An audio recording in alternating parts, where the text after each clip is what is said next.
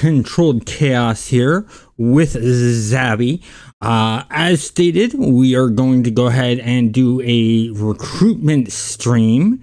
So if you have a Warhammer 40,000 themed character on Thunderspy, or want to create one and want to be in a flexible, fun guild that's just for hanging out and stuff like that, I am in front of Atlas Park, or I'm in Atlas Park in front of Miss Liberty. And you can come there, and either me or Zabby will have you put into the supergroup. And we will go from there. Now, I do want to let you guys know that if you request either through YouTube or Discord to join the group, that I will private message you with a response so we can set up time and go from there. I need to go AFK for just a quick minute. Zabby, you want to go ahead and just sort of talk to them about sort of the rules we were talking about before for the Warhammer 40,000 K and stuff like that? If we had actually talked about any rules, sure. It's basically anything Warhammer. So anyone has questions, but I really got to go AFK now. All right, and there he goes again with this. All right. So, again, here we are in Atlas. On my end, I'm just kind of tweaking the Mastermind pet script a bit, because the name of the Spec Ops power actually got changed to Elite Spec Ops, and that kind of throws everything off. Let me just reload that. Good.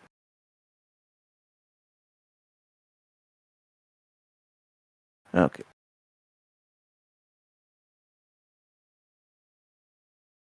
Okay. Except it doesn't actually do what it's supposed to. Okay. So that's one problem with using scripts from older versions compared to what you can see now on the current private servers. Little tiny changes, along with, all the help documentation being decades out of date.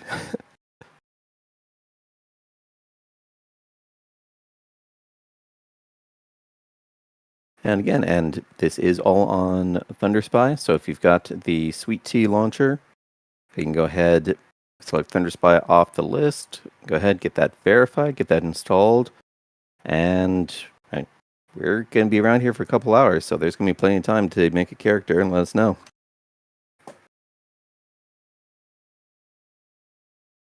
Yeah, and just watching's fun too.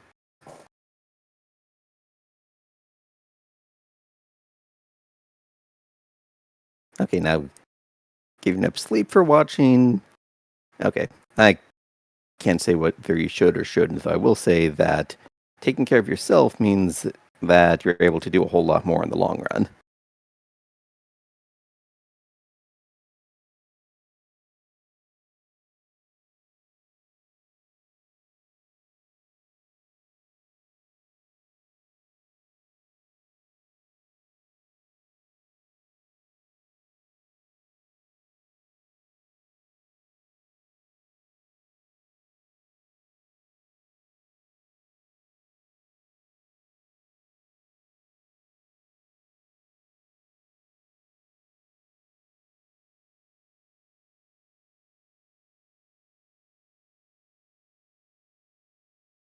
Now, still going over for the villain side, for more for the Chaos group.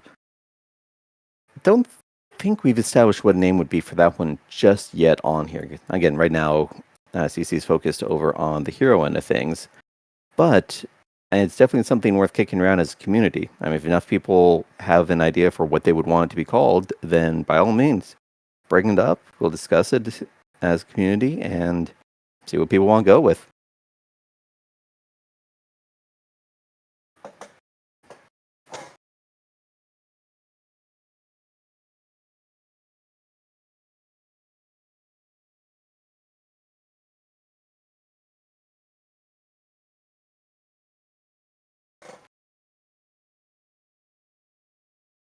And I mean,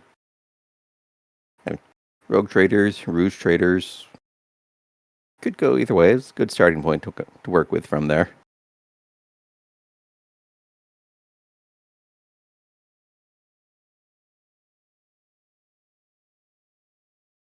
Okay.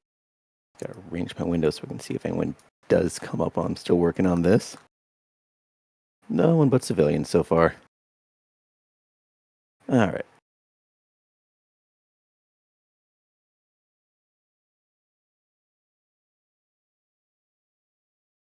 Let's see, just here.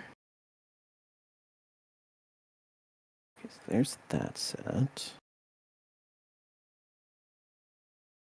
Okay, yeah, I can put it up this way.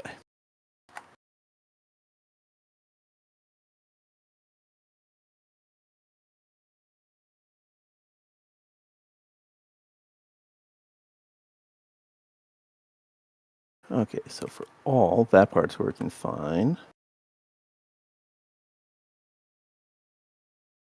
Main controls there is good. So I know what that part's doing fine.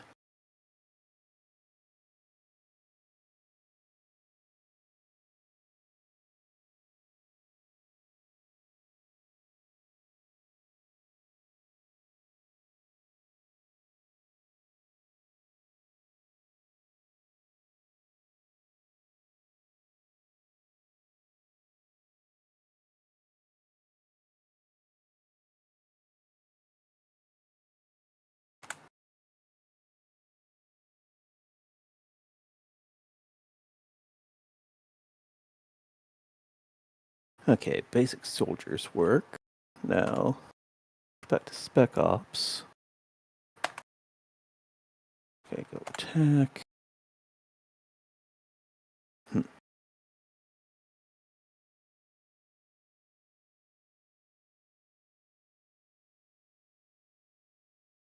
Now, maybe if I just remove all the spaces.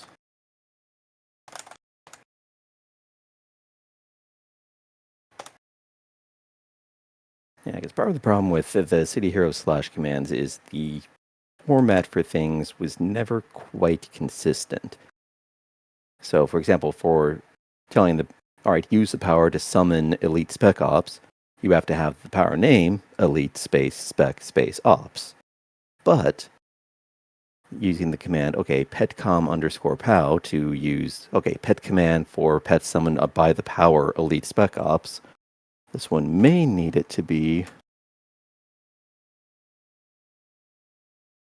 No, pet matched power Elite Spec Ops, all one word, so that's out.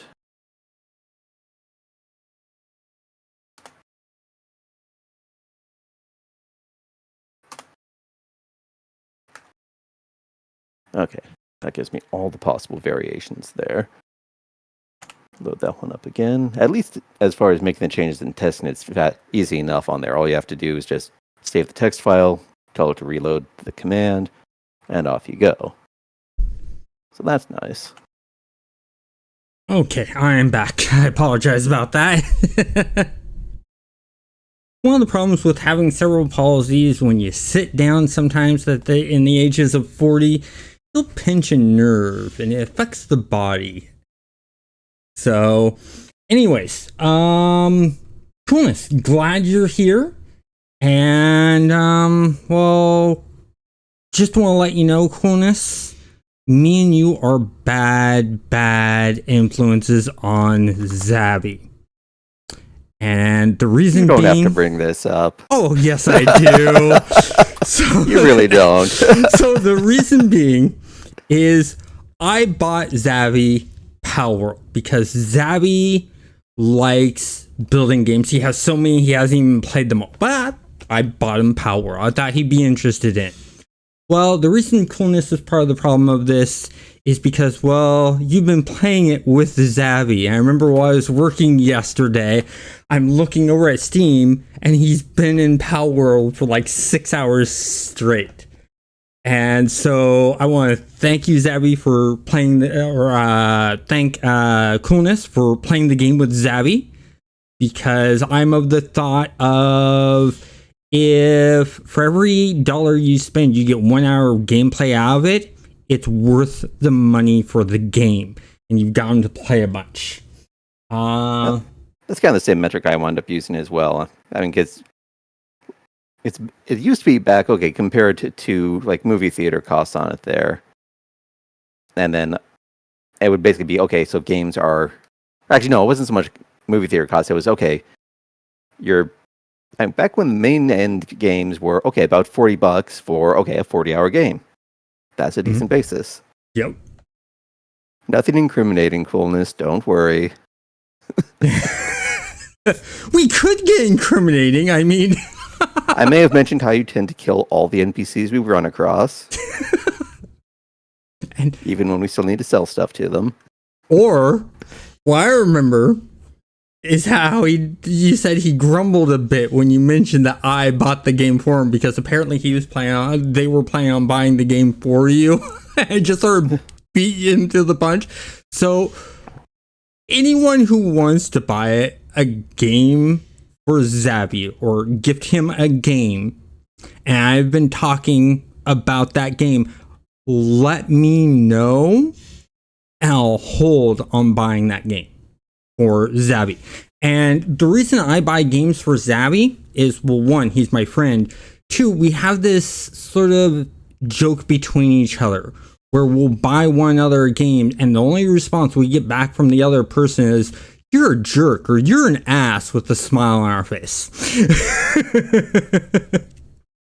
We just have fun with it. I like that. What the hell?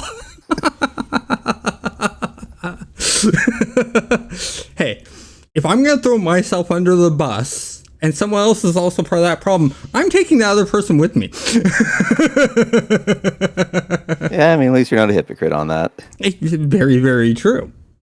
So, once again, just as a reminder, we are in front of Atlas Park. If you want to join the Rogue Traders Guild, which is a Warhammer 40,000 supergroup in City of Heroes, where your character is Warhammer 40,000 themed, come out to there or to Atlas Park right next to Miss Liberty, and we will get you an invite into the guild. And yeah, coolness. That's one of the problems with watching smaller streams on there, is it's a lot easier to get called out for things. Hey, just, don't think of it as embarrassing. Trust me, I have embarrassing stories of myself. I have, and I'm willing to share them if you guys ever want to hear them. I also have some really cool stories, real life stories, in-game stories, stuff like that. And that's half the fun of growing a community, is getting to know that stuff.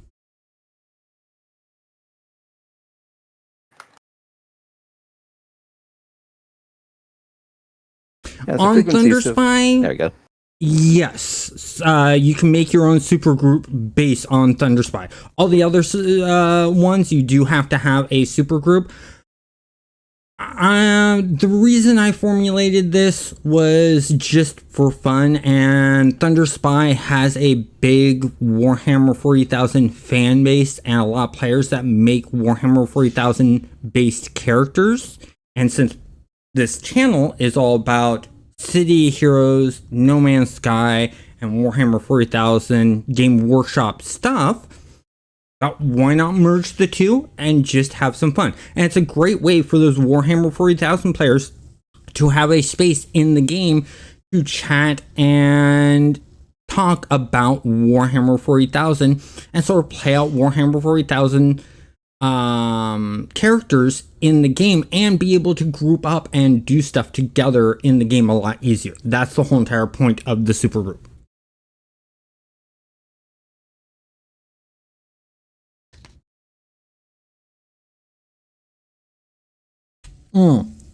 Something else I do want to mention to you guys, for you guys that may have caught last Friday's stream, tomorrow at 6 p.m. Pacific Standard Time, I will be doing a special stream where I will be 3D modeling and doing some effects for a starting soon screen, a stream's ending screen and a be right back screen. I'm going to be 3D modeling, I'm going to be texturing, and things like that. The great thing about this is all of the stuff that I'm going to be using is free to download and use. So there's no cost to entry, it's just learning the tools, and in the stream, I will be paying attention to chat for when you guys have questions. I will be explaining what I'm doing, how I'm doing it, and why I'm doing it certain ways. Now, if you're asking, well, how does Controlled Chaos know how to do things like this? It's simple. I went to college for 3D modeling. I have sold many 3D models. I have worked on 3D models in games. So I am professional 3D modeler. I know these things. I can do low quality models that are needed for video games, and I can do high resolution models that are needed in movies and TV shows. And I can also do the normal mapping where you can take a low quality model and make it feel and look high quality with normal maps. And there's two ways of doing that, but I'll explain all of that in tomorrow's. And I think I was talking to Zabby about this just before the stream, and offered for Zabby to sort of be there and sort of hang out to give ideas, suggestions, and his feedback. Now, Zabby, are you going to be at that stream? Yeah, I can probably come in at least for a little bit on there. Yeah, we'll see what happens. And see, the great thing about having you on the stream is because we took a lot of the same classes in college. You know some of the 3D modeling stuff. You're not as deep into it as I am because you focused more on the programming side of stuff, but you had to take the 3D modeling, the animating classes for the game design thing. Mm-hmm. And that was fun. Yeah, Homecoming. Homecoming, I believe you do need the supergroup to make the base. I don't know if they've made that change like Thunderspy's done, where individuals can do supergroup bases. I think you still need to register a supergroup in Homecoming to do that. And I do plan on taking this character's supergroup base and making it the actual supergroup base. And, you know, doing videos and things like that for the whole entire thing. So, looking around here, seeing if anyone's here. And if you are wanting in the guild, you can mention it in chat. You can private message me in the game, things like that. And if you're wondering why I chose Thunderspy over Homecoming for this supergroup, there are more customization options available for making the characters for one main thing. I'm going to show you that right here. Look at my minions for my mastermind. I have a soldier mastermind, and look at what I've done. They all have that look. And if I go over to Zavi's here, who's doing an Inquisitor, Zavi made his have a Imperial Guard look to them. So that's the reason why you can customize your pets in Thunderspy. So you can make your whole entire thing have the theme and feel. Even if you're a controller or a dominator, whatever, if it has a pet, you can customize the pet. So that's the reason I chose Thunderspy. Plus, I'm going to work on some 3D models of things like bolter guns, Space Marine shoulder pads, and different things like that I'm hoping, talking to Senpai, to actually get into the Thunderspy server. And the reason why is because they're not as worried about copyright and stuff like that on the server. Mainly because they know that they're a non-for-profit server. They make no money on it. The money that they raise is to pay for the servers. themselves, and that's it. They don't pay their developers or anything like that. All the developers make stuff for the game for the fun of the game. And because of those things, they're willing to sort of go out of their way, because if someone does come up and say, hey, you can't have that copyrighted material on that server and make money, they can slap back and say, we don't make money on this. We get enough money from the people through donations just to keep the server up and running. And then we stop donations. So that's a really good thing, and part of the reason why I'm wanting to do this on Thunderspy is I can 3D model out a bolter, I can 3D model out the shoulder pads, I can 3D model out, like an Eldar helm, I can 3D model out cow legs, things like that, and have them get put into the game. And even if I don't get them put into the Thunderspy server, which I think is a very low barrier to entry for several reasons. One, like I mentioned, the copyright. Two, I know Senpai, the head developer. So that makes things easier.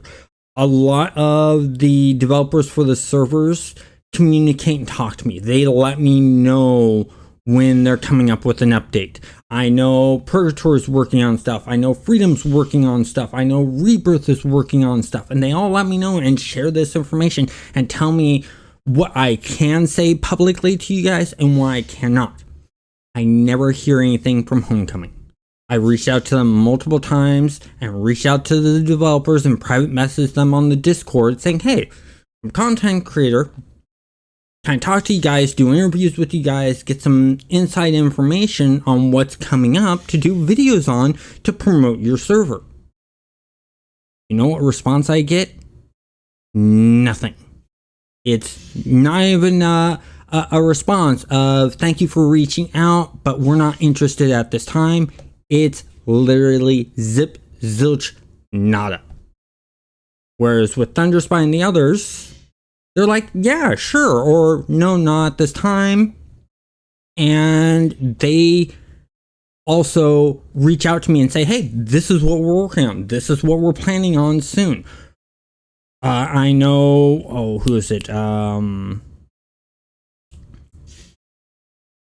Name's slipping my mind. A developer on Rebirth constantly reaches out to me and lets me know, this is what we're working on. Check this out.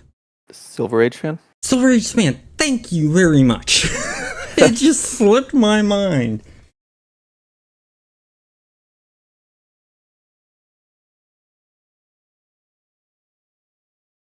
So the only way another server besides Homecoming will get more popular is if more people start playing on it. A bunch of people take that response of, well, I'd play on it if it was more popular. It's never going to get popular. The only way it gets popular is by you playing on it and mentioning it to others and getting them to play on it.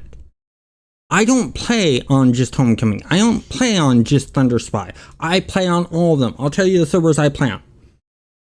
There's Thunderspy, there's Rebirth, Freedom, Purgatory, and Homecoming.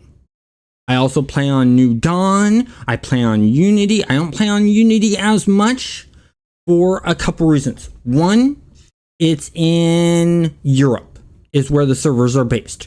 Two, it's a solo developer and they don't have much time to be able to add more into the game as quickly. So that's why you don't hear much about Unity. But when I get a response from people in comments of, I'd love to play City of Heroes, but I'm in Europe and I get really bad lag when playing on Homecoming, I automatically bring up Unity. I say, go play on Unity. You will have very low lag on Unity. And they're happy. And I'm glad to do that. So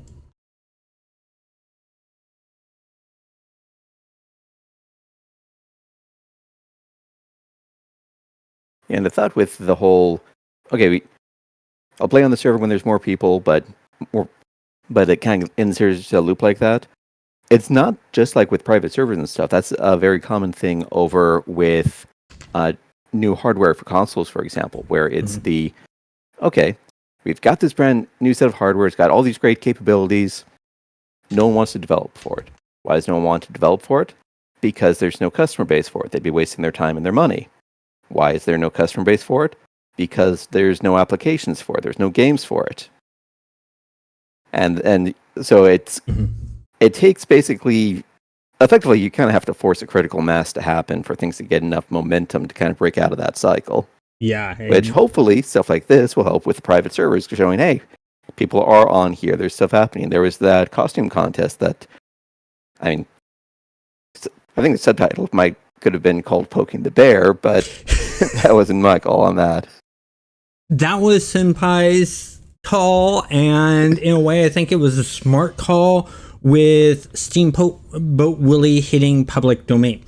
I just read Frequency's comment about more interested in seeing builds right now since no one else is doing this these days. So, to answer that question, I am going to be doing build videos.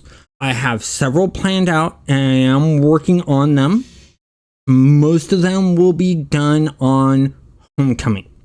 And they will be done on Homecoming's beta server. And the reason being is because of my schedule. I keep myself very, very busy. I don't have time to be able to put in the grind effort to get each build up to 50. I can go into the beta server and do a /level up _XP space the level I want to give the character, hit enter, and boom, I am that level. So it allows me to quickly do build videos, because not only am I doing City of Heroes videos, I'm doing No Man's Sky videos, I'm doing Blood Bowl 3 videos, I'm adding game development videos onto this, plus I am going to go ahead and work on a game that I've been working on off and on, and Zabby was helping out with that, but they're taking a step back because they want to focus more on our first original project, but they gotta get, you gotta get more free time to be able to do that. And I have way more free time. Okay, I'm getting a couple of responses here from Frequency.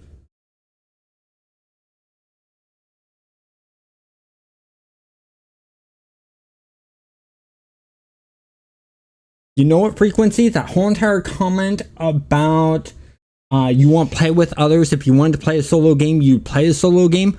I 100% agree with you on that. If I want to play solo, I go play a solo game.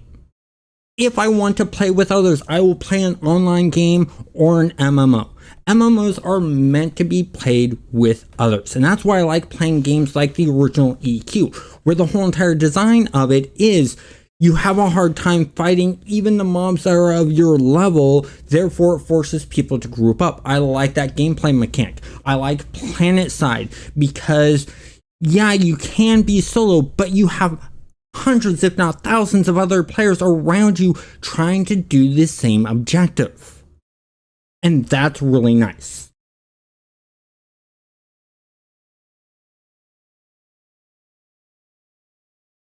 So, and then dealing with not seeing members on the other servers, that's something I'm trying to change. That's why I do these videos and these live streams on these other servers, is to get them recognized, to get more people playing on these other servers. There's several times where I hear people say, I want to go play on Thunderspy because of the pet customization. I hear people say that they want to play on Rebirth because of the cool changes that they made to teleports and the costume pieces that they have. I hear people want to play on Purgatory because of the Nephilim archetype and the unique way that works, and stuff like that. So everyone has their reasons for playing on the different servers. For me, what server I play on at any given time comes down to one thing. What character do I want to play, or what build do I want to make, and which server will best suit what I'm wanting to do. There'll be times where it goes down to I want to play a necromancer where my attacks summons up specters. Homecoming is the place to do that with playing a mastermind, because when you do your dark blast attacks, you'll summon up specters. If I'm wanting a character where I want to customize the looks of the masterminds or the pets, I'll play on Thunderspy. If I'm wanting a character where I get early access to epic pool powers, I'll go play on Purgatory. If I'm wanting a certain costume piece that I only find on Rebirth that I need for the character creation, I'll go play on Rebirth.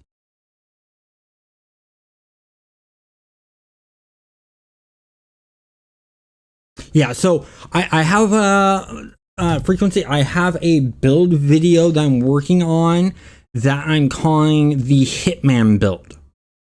And that one will be coming out next Sunday. Now, the only things I don't schedule for my City of Heroes builds or videos or live streams is when there is a new update. When one of the servers lets me know, or one of the servers announces an update, I immediately jump on it and do a video about the update. Just like when Homecoming announced their licensing agreement with NCSoft. I didn't wait till next Sunday. I jumped on and did the video. Same with their update of issue 27, page 7. I did a video right away and I put that up. Now, if it's right next to the time that the video would naturally come in, so if the news comes in on, let's say, Saturday, they announce the news, then yes, I'll work on it that day and then we'll come out on Sunday. However, if they announce the news on a Monday, I'll work on it that Monday, and as soon as I'm done with it, I'll put it up on YouTube and I'll make it public for everyone. Because everyone needs to know that information. I do that for No Man's Sky, I do that for Blood Bowl 3, and that's why I see the highest spikes in viewerships, and I also see a huge jump in subscribers.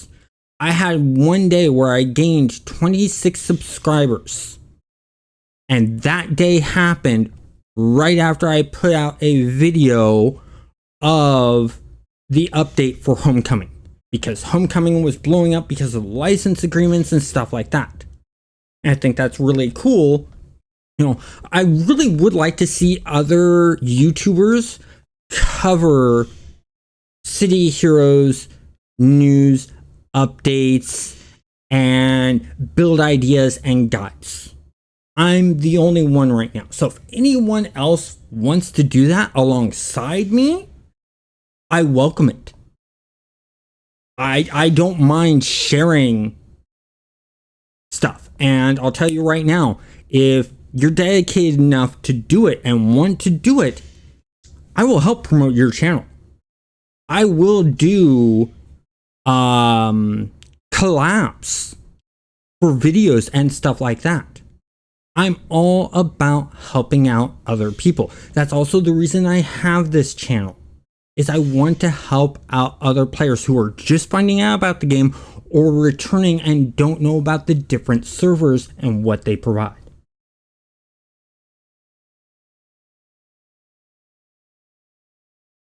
See, I understand that, Tyler, and I agree with that. Here's the thing. With me, there is nothing anyone can do to stop me from putting up videos. Nothing.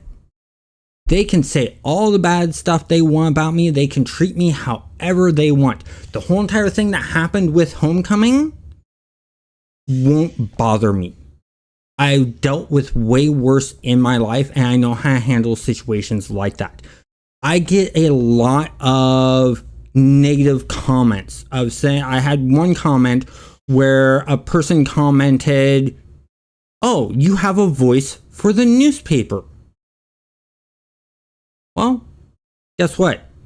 They wasted their time writing that out, and it took me 1 second to click the delete button. They wasted more time than I did. Now, what makes me want to create these videos and do this It's viewers like you guys commenting on videos, saying thank you for the information, letting me know when I have misstated something, or giving a different opinion on what's the stronger builds. That kind of stuff I enjoy. Is it all positive? No. But everyone has their own opinion. And that's all that matters. Everyone can have their own opinion. And I'm more than willing to accept that. We can always agree to disagree. That is one thing everyone can agree on, is that people can disagree. When someone criticizes me and says, hey, you misstated this. Like I did one video where I did the tier list, and I accidentally said for the corruptor, they're like a dominator. That was a mental slip with words. I meant to say that corruptors are like the equivalent of a defender with blaster capabilities. And that was my mistake. And in the response to it, I said, thank you for correcting me on that. I didn't realize I had made that mistake. I'm willing to admit when I mess up or I accidentally gave the wrong information. I'm human. Anyone who can't admit when they make a mistake, you know what? They're not worth listening to. They're not worth taking the advice from, because when they're wrong, they're most likely not going to learn from it. And that's why I do. When someone corrects me, I immediately go into a whole entire thing of, oh, yes, I was wrong on that. I'm glad to know that I now have the correct information. I have done that my entire life. That is how I learned how to spell. Is when playing EverQuest, I'd be hanging out with my guild and we'd be texting away at each other because there was no voice over IP capabilities at that time. I mean, it was 1999 and 2000. It wasn't used that much. All our bandwidth was used just to play the game. So we couldn't do voice over IP at the time, even though there were programs to do it. And people would private message me and said, hey, you misspelled this word. I would thank them, and I'd use that word with the correct spelling as much as I could to get it ingrained in my mind.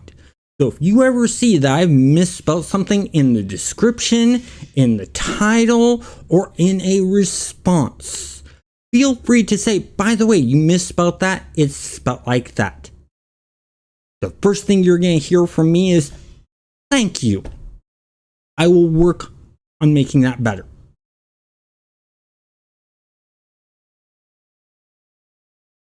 See here, got some comments here. Yeah, I have a voice for a newspaper. I think I actually responded to that one. And my response to them was, I'm glad to see that I'm not the only one that listens to the audio versions of the newspaper. Thank you. And left it at that. If I'm going to leave a comment up of someone sort of sounding rudish, and I respond to it, it's always going to be a smartass remark. Always. Non-fail. It's just the way I'm built. It's how I handle people being rude, disrespectful, and things like that. Continuing on here, Lotus, about the game's return with Homecoming, and started playing there. We'll start looking into the other servers too now. Thank you for your stream. You're welcome, Lotus. I love the game. I've always loved the game since beta. It's one of the very few games I have in my catalog that I cannot stop playing. It's City of Heroes I can't stop playing. Elder Scrolls games, I just love the worlds, always have since Arena. Planet side, I pick up every so often and play. Let's see, No Man's Sky is another one of those games. And I'm waiting for a good Warhammer 40,000 game to grab me and keep me wanting to constantly come back to it over and over again and have that capability. I am hoping, I am praying that Space Marines 2 does they're online in the direction that Relic was doing it, and that they continue adding in new skins, new maps for the online, and keep growing the community and do expansions for Space Marines 2. And that would keep me constantly involved in it. Let's see, what else do we have here? I like that frequency. I expected this wisdom from a former EverQuest player, lol. Oh yeah. Not just wisdom, but patience as well. Oh, you have to have patience. Lower Guck, the Frenzy. They're all checking bands. They're all checking bands. Okay, it's story time. So, I was living with my brother. He got me into EverQuest, helped me build my first computer. I'm playing EverQuest with him, his friend from work, and his friend's girlfriend. And we're all sitting in Lower Guck, camping the Frenzy. The Frenzy drops this really great item called the Flowing Black Silk Sash. It's the best haste item at launch of the game. Amazing stats. There's a problem though. The Frenzy doesn't spawn all the time. It has another thing that will spawn in that spot. And there's like a 10% chance that the Frenzy will spawn. And when the Frenzy does spawn, there's two things that the Frenzy can drop. The Frenzy can drop the Flowing Black Silk Sash, or it can drop a junk item called a Jagged Band, which sells for very little copper and is completely useless. It has no stats on it whatsoever. So we've been spending like 15 hours hanging out in Lower Guck, camping the Frenzy. And my brother's friend, who is playing a ranger, emotes waltzing in the corner, rocking back and forth, saying, "They're all Jagged Bands, they're all Jagged Bands." We go over to his character and you can inspect their inventory. So I inspect his inventory and I open up all of his backpacks, which are like 16 slot backpacks. All of his backpacks are full of nothing but this useless piece of junk's Jagged Bands. He'd been looting every single Jagged Band and had his backpacks full of Jagged Bands. It was hilariously fun. Okay, let's see what else. Thank you. I like to have a good attitude. Sometimes I get upset. Everyone gets upset. I know this last Friday, near the end of this stream for the Blood Bowl, I went on a bit of a rant about how everyone's playing the stall tactic and they're not doing anything else in the game. I was ranting about that because I'm a person that I'm not all about one tactics. I like to have multiple options of tactics. And my favorite tactic to use, it always changes, but somewhat the same tactic. And that is do something the other person isn't expecting. An example of City of Heroes. When City of Heroes first came out, all the players thought blasters were only good for ranged combat and it was pointless to take the melee attacks. That was the belief at the time when the game originally released. Years later, that changed, and that's when the Blapper formula started. And I was part of that at the very beginning because my first character was an electric blaster. I took all of the primary ranged attacks and I took all of the secondary melee attacks. And I could lock down a group of 20 mobs using 2 powers and draining their endurance completely. And people said I was playing my character wrong. So when City of Villains came out a year later and went to do PvP, I'd go into the PvP zones and people were still thinking that a blaster's secondaries were pointless. At PvP, they'd be flying around or jumping around and trying to attack me. I'd throw off those 2 powers when they got close, when I get close to them, and then they had no endurance, and I'd just whack them down because every electrical attack reduces the endurance. So you get someone down to 0 endurance, and then you keep on taking away endurance, they're never going to get positive to endurance, and they can't do anything. So it was a great way of being defensive in an offensive way. Just like I normally don't like playing healers. In Rifts, I will play a healer. I will play, I believe it was a Guardian or Justicar. It was the Justicar. And the reason I played the Justicar is it was a cleric that every time he attacked, every time he hit the mob, he AoE healed the group. So he wasn't a cleric like from EverQuest where your whole entire job was to sit, gain mana, stand up, heal and buff, and then sit back down and gain mana. It was more of a attack to heal your team. And I had great fun with that. Let's see what other comments here. True, Tyler, there is no need for rude comments, but it's the internet. In your face, most people won't say those things. But with that protection of the screen and being anonymous, they will say whatever they want to be. And the inner bully of a person will come out. And you just have to know how to handle that situation.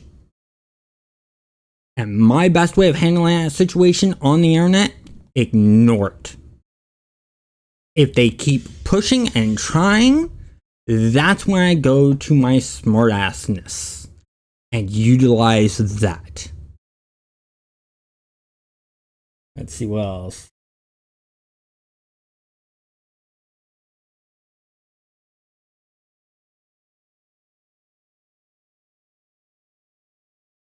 Yeah, so Tesla Cage works as fairly well as a control ability itself, but just the entire thing of boosting up the secondaries to just eliminate the...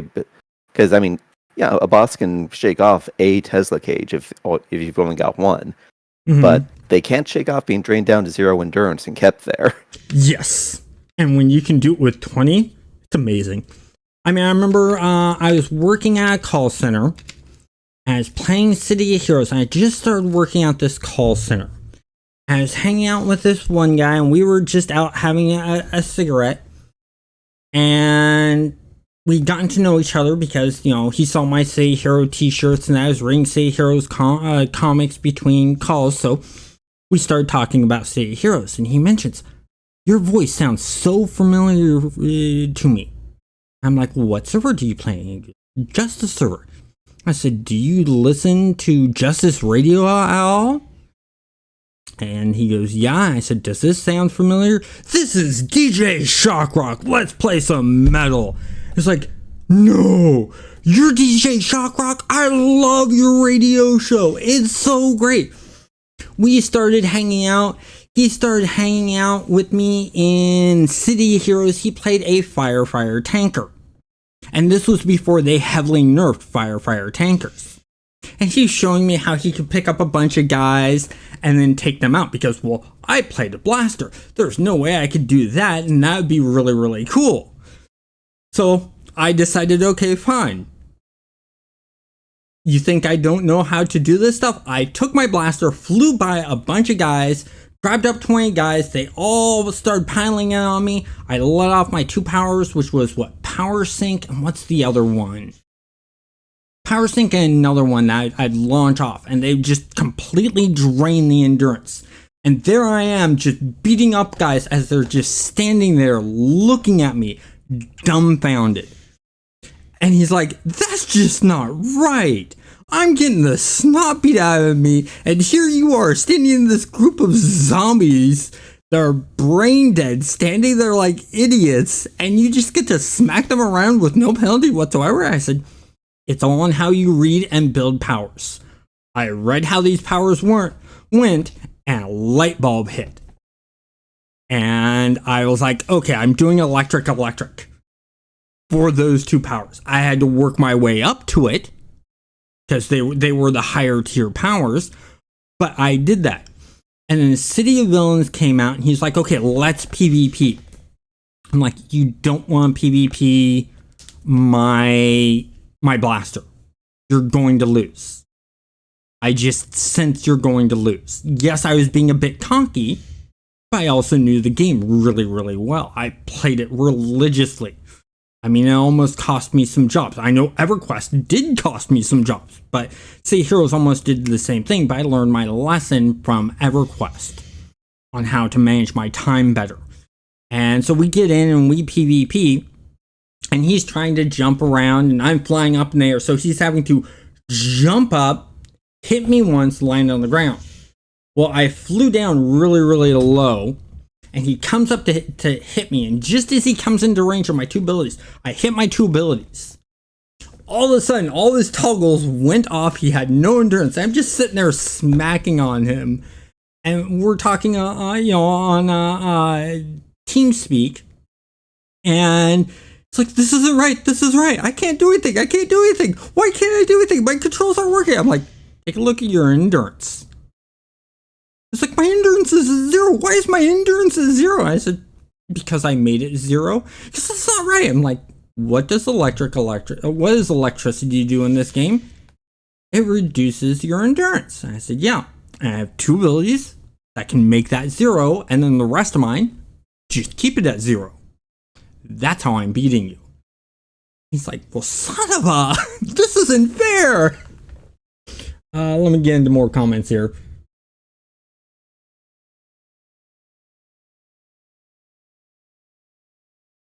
Yeah, EverQuest was great for camping, and I miss those days of camping and chatting with people. With original EverQuest, you really got to know the people you were playing with because you sat down and you'd have conversations. It wasn't fight. Okay, we're done with this area, move on to the next area, fight, and no rest time. There was more downtime in EverQuest than there was fight time. And so there was a lot of chatting going on and a lot of fun conversations. Yeah, locking them down with test cage. I know that one so well. It's a purple skull. If you guys have been watching the channel for a long time, you'll remember when I was doing the mastermind and you guys create one of the minions. You get to name them and choose what they look like and stuff like that.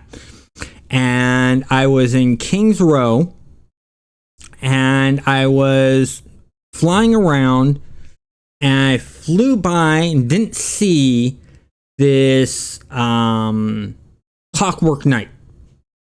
And Tesla caged me right over a purple skull boss. Purple skull boss hit me, dropped me, couldn't do anything. So I'm there. I need to res. I'm like, no, it's a purple skull. I set up to do a res, a break free, and a heal.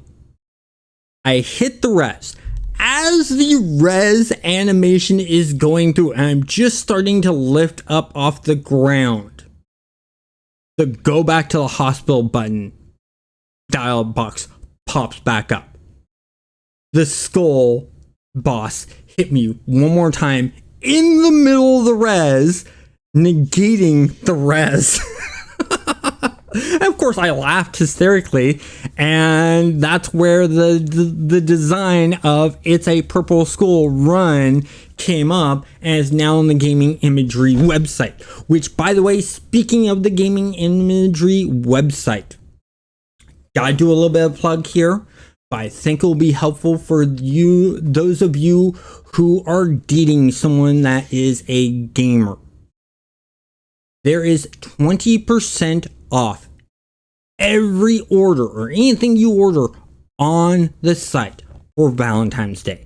And there is a special Valentine's design. There are City of Heroes designs in there. There's some stuff inspired by No Man's Sky in there. There's pen paper role-playing game stuff in there. Tabletop top stuff in there. A bunch of different stuff. There's t-shirts. There's mugs. There's tumblers, water bottles, mouse pads, notebooks, a lot of different stuff. You might want to go check it out. It's at gamingimagery.com. It's the last I'm going to say of it in this stream. Let's get back to some more comments here. Short Circuit. Thank you, Tyler. Yes, it was Short Circuit. Lou, you actually listen to Justice Radio?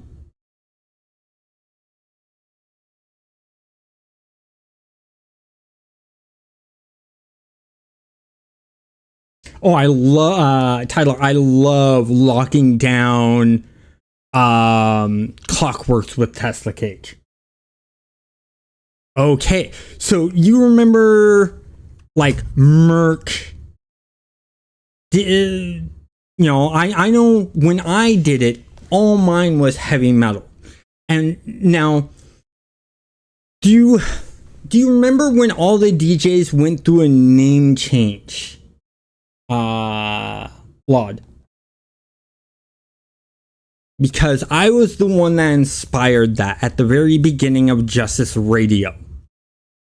And this brings up another story.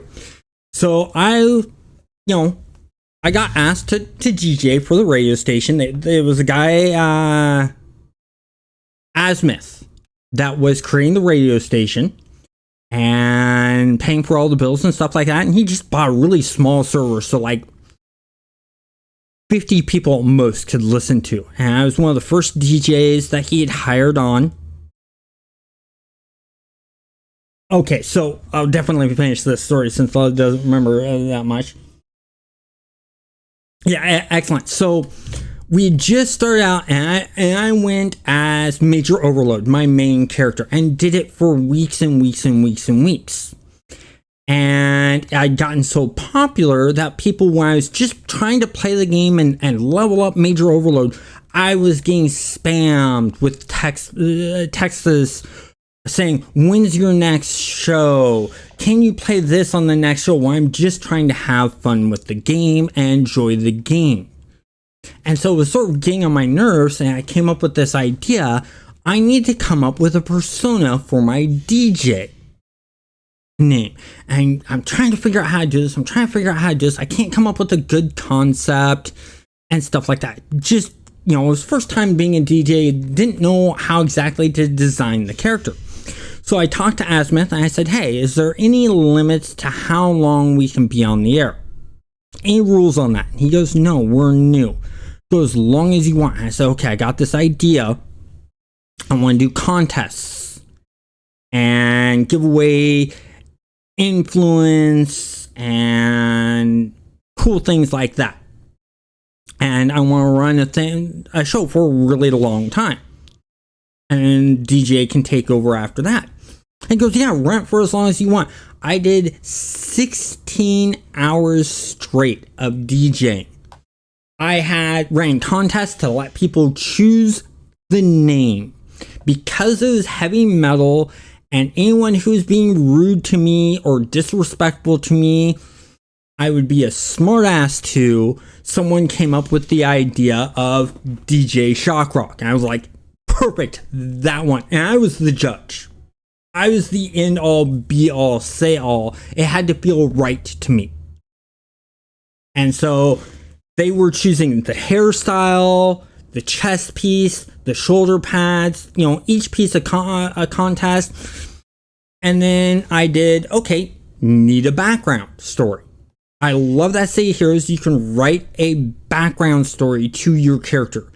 Name another MMO where you can do that. I can't think of one.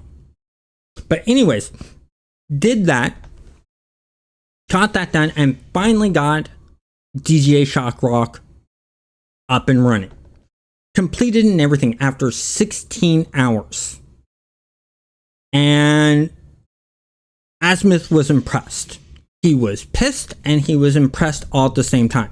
Reason being is during my 16-hour stream for DJing, he had to buy more server space and more server space and more server space. We were just barely reaching 50 listeners before this start. By the end of that, he had to extend it to over 500 listeners listening at the same time. So he was happy that I helped grow the station that big. He was upset that he had to spend a lot more money in one sitting because I kept on needing to expand the service. The funny thing is the other DJs were listening, and one by one they followed suit because they were running into the same problem, and they followed my formula. A lot of them followed my formula exactly. They went on the air and ran contests and stuff like that to create the DJ. This was great because it allowed me to play Major Overload and not get bothered. Because I literally set up a rule that, look, if you message me while I'm on Major Overload, you're not going to hear from me. If you message me while I'm on DJ Shock Rock, you will hear from me. I will respond to you. And that was really, really fun. And we've blown up so big that it's like, okay, we need to make this sound more official. So Azimuth holds a meeting with all the DJs. And it's like, okay, we need to come up with a call sign because, all professional radio stations have call signs like ABC and stuff like that. And we're also brainstorming ideas. And I thought to myself, I said, well, why don't we do KPOW? And they're like, why KPOW? I said, what do you always read in comics? Kapow. Kapow. And the whole entire chat room goes silent. A couple minutes later, Azimuth pops up, goes, okay, that discussion's over. We're going with K-Pow. Justice Radio, Kapow. It just fit perfectly. And it was just, at that moment, the idea hit me. And sometimes that's just the way my brain works. Other times, it doesn't hit me. The inspiration just, things don't click. And that happens. Let's read some more comments here.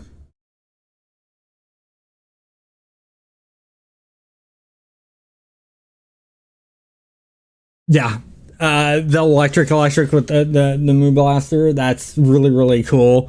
Let's see what else here. Load. I remember that name. Yep. Yeah, I was the one guy. Okay, Load, were you there when I had a listener that was constantly harassing me and trying to make me look bad? And I had the whole entire Rick T alien invasion thing happen?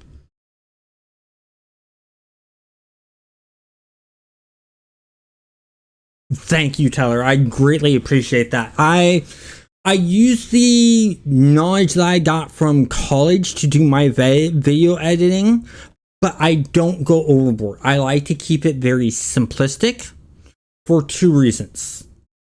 One, it allows you to see on the screen what I'm talking about more. And two, it makes for editing a lot quicker. I'm not all about the big splash and sparkles of stuff.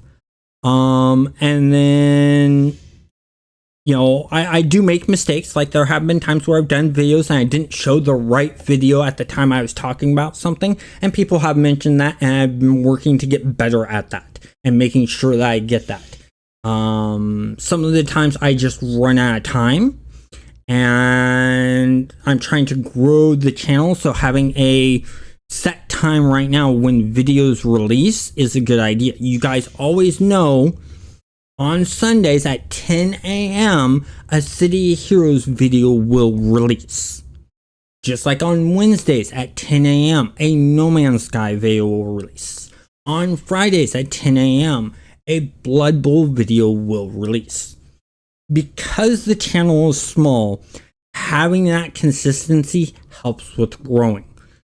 Once the channel has gotten bigger, I'm not going to be so heavily consistent and be able to plan out videos more and go from there.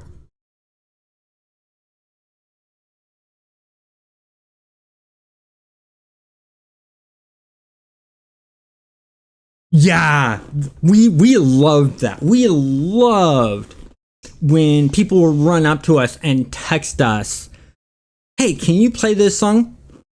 Another DJ story here. So I had a small following of people who were just big fans. One of them being the guy that I worked with. Another guy, I would play the game with him outside of DJing because he wouldn't talk about DJing or anything like that. It was just two people hanging out in the game, playing the game, having fun. So I didn't have to worry about having, to think DJ style. And so I was having fun. But he did bring up to me, he's like, "Look, I'm a big fan. I would like an intro for when I enter during your show. Can you pick a song for me that fits my attitude?"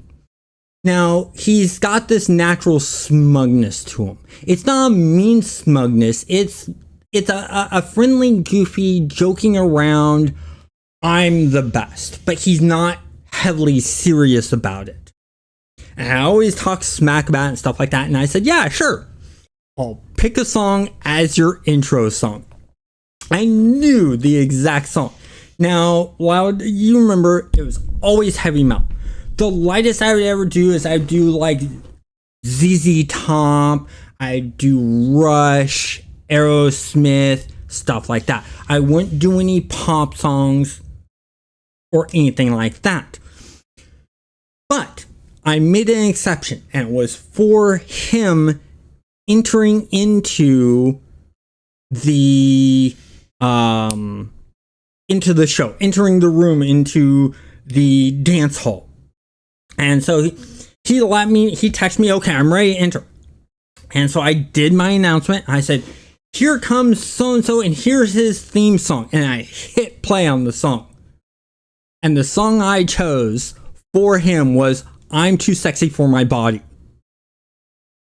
Oh, you want to talk about people laughing hysterically. I got emails, I got tells, I got people laughing. I had GMs and developers messaging me, telling me, one developer, I made him almost fall out of his seat. He was laughing so hard because the Cryptic Studio developers were actually listening to our radio shows while they were working on the game, which was just cool. And getting all these comments. The only person that had a whole entire problem with what I had done was that player. He's like, "What the effing hell did you do? Why did you pick that song?" I'm like, "Dude, look at you.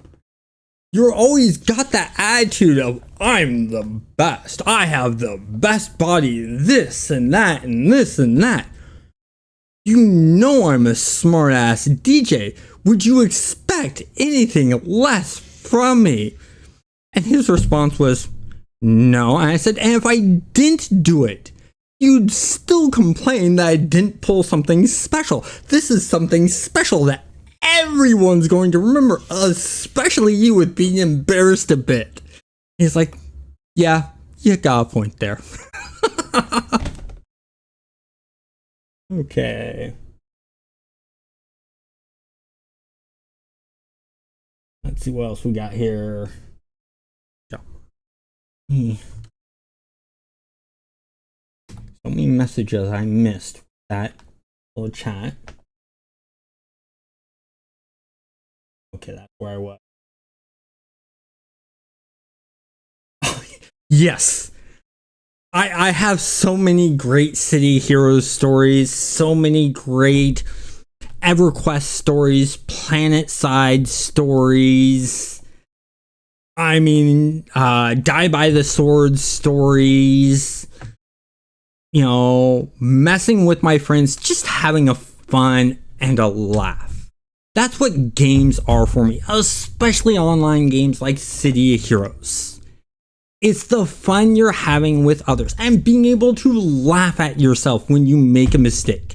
I think that's the number one thing everyone should take away in life. To be able to laugh at yourself when you make a mistake. A failure is not a failure. A failure is a lesson. Only time you fail is when you quit. You stop trying. That is when you fail. And yes, I have been on the verge of being there. And Zabby knows this. Zabby, you remember when I was working on that hand-painted wood texture? Yeah, I think that was several weeks of, okay, try something, didn't like it, try something, didn't like it, try something, didn't like it. Looking up tutorial videos, looking up just other guides at it, just a whole bunch of experimentation. And you were sounding pretty beat down by it up until you got just the right one. So as you see, just keep calling me over to get a second pair of eyes out, because, if you're standing too close to something, if you've been working on it too long, you can't really see it clearly anymore as a creator's point of view. So get someone who's not just strictly involved to come in, take a look, give their opinions. So finally, after this entire sequence, come over, take a look, and beforehand I was just like, okay, there's something a little bit off. Like a lot of cases, it was something I couldn't quite enunciate, but it just didn't quite feel right. And I think that reflected, because obviously you agreed with me and went on and tried something else. But then when we finally got to this one, it was just, okay, don't change anything. And just the waves of relief coming off this guy. Yes. He saw me going from sing up straight all tense to shoulders down and relaxed.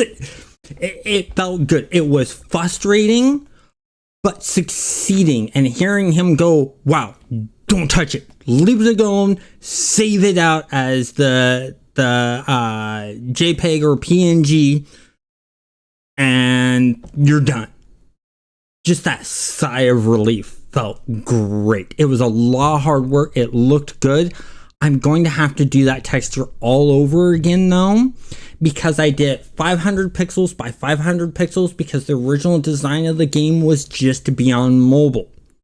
And we decided to expand beyond mobile and put it on, or work for consoles and for computers. So that it's the game that I'm going to be working on solo. And I'm going to be doing some of the work in streams and videos. It was done in Unity. I'm moving over to Unreal to use the blueprint system. That way, Zabby isn't having to code for a game that he's not that interested in. Zabby did help out in the code side of things when it was on Unity. I originally did the base coding for it. My coding was okay. It worked, but nowhere near as good or as clean as Zabby's. Zabby's code and thought and process for coding blows me away. I'm awestruck at how his mind works when coding and the dedication he has to these projects. When we were working on that first game, we're sitting in my apartment, and that's before we became roommates when we were in college. We worked 14 hours straight.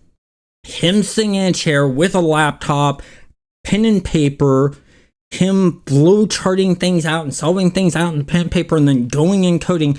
Me in my room doing art and 3D modeling and stuff like that. 14 hours straight. Not a complaint, nothing from either of us. Another fun time was where we spoke 8 hours straight on just a game design concept. Not something we were actually going to put out, just concept and flowing back and forth. When you find that someone who thinks somewhat like you, but a little bit different, and they hear where you're coming from, and instead of trying to change where you're coming from, but adds on and helps improve the idea, that's someone you want to continue working with. And that's what Zavi and I do to one another. There are so many times I'm like, I got an idea for a character, or I got an idea for a video, or I got an idea for a product on gaming imagery. And I'll mention the idea, and he's like, that's good, but what if we did this? And the first words out of my mouth are always what? Something along the lines of, you jerk. Yep, or god damn it, now I gotta add that. Because it's a good idea. It fits within what I'm aiming to do. So many of the designs I have on gaming imagery, he's helped improve. There's one design I'm working on, which is all code-based, that's literally all Zavi work. All I did was implement it in the design and the layout in Photoshop. That's all I did. And in all honesty, it really wasn't that hard, because I just thought, okay, how's it look in code? And Zavi explained to me the color layouts and everything like that, and I just implemented in the color flow, made sure the font looked right, and called it good. I'm still working on getting that up. I know it's been pushed back and pushed back. I should probably get it up this week. In fact, that will be one of my goals I have for myself. This week, I want to get that design up, because I think coders will love that shirt design. And it's just the way we work. It's like, you remember when we were showing off Marpingo at a convention, and we had a very base slider for shooting the ball, and because it's a mix-up between miniature golf and pinball, we had going horizontal instead of vertical, and someone playing the game brought up that we should rotate it vertical, and that should always bounce back up to the top after sliding instead of staying still, and that we should give it a pinball plunger feel. You remember that, Zavi? Yeah, and then we both kind of look at each other's like, okay, yeah, that's a good idea. We really should have thought of that one sooner on there. I'm wondering why we didn't. And then let's go around. Okay, come back tomorrow. You'll see the update. Yep. I worked on the art. He did the code. Code side was easy. I had a bit more work on my end with doing the art side to give it that metal plunger feel and stuff like that. But we literally got implemented. He came back the next day, played with it, and went, this is perfect. This gives the feel pinball. Don't touch it. We're like, done. And that's where me and Zavi, we like showing our work, even in prototype and pre-alpha state. Getting that feedback helps us improve the game. And that's why when I continue working on Marpingo and doing it as a solo project, I'm going to be doing streams and videos about it, is to get feedback, to know when I'm going in the right direction and when I'm going in the wrong direction, or when I've missed something. And me and Zavi have talked about this, and the plan is it's basically my solo project using the blueprint system and the Unreal Engine. If for some reason things take off and we get money coming in to help out with development, or the game releases and development takes off, and the code needs to be cleaned up and go out of blueprints and to be coded by a professional coder, Zavi's going to then step in and do the coding for it. Because the one thing with Zavi's a hard worker. He'll do jobs even when he doesn't like it, but where he really shines is when he's coding in games. If he's coding in games and getting paid for it, that's where he is the happiest. And that's one of my goals in life, is to get him in that position. I want him in that position because the smile that comes off of his face while he's working and how he feels after a day of work is completely different than the other jobs he's held.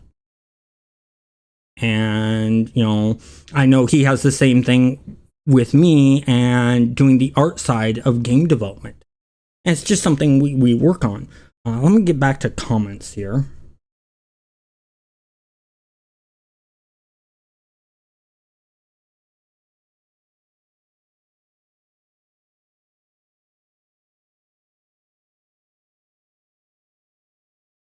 Okay, Robert, the server this is on the Thunderspy server. And that's where we're doing all of this at, is the Thunderspy server. Let's see, what else do we have? Okay, and Dominion, probably mispronounced it. I apologize. You missed playing City of Villains. How's City of Heroes in 2004?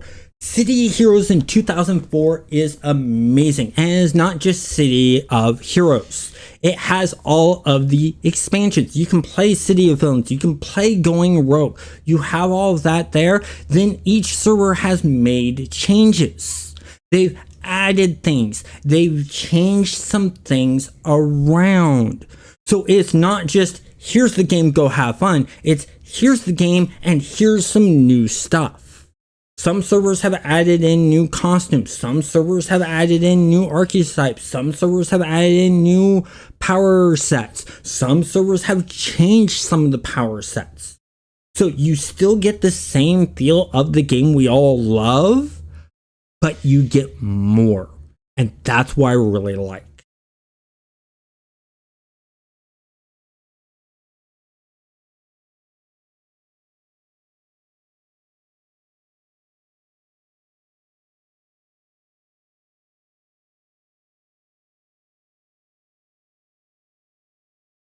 Yeah, honestly, if you want to get a full list of the different servers, just do a search for City of Heroes private servers.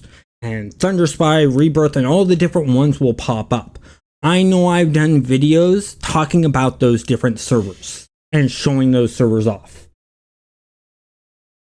So I like, Mark, I like that you came in and mentioned the City Heroes and to do the search. That's where I came up with that. So Mark, thank you for mentioning that.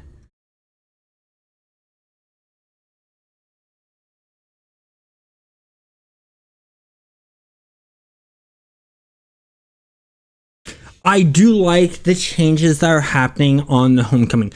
I like that all weapons are now drawable. You can now have your pistols on your hips and draw them. That's really, really cool. Some of the other changes that they have made are really, really nice. It actually inspired me to make one character on that server specifically because of the changes that they would made with issue 27 page 7. Just like when they had done the changes to masterminds, I made myself a necromancer mastermind and really liked the changes that they made there, where when you do a dark blast it will summon up a specter. It gave that extra oomph to necromancy and really hit home with me.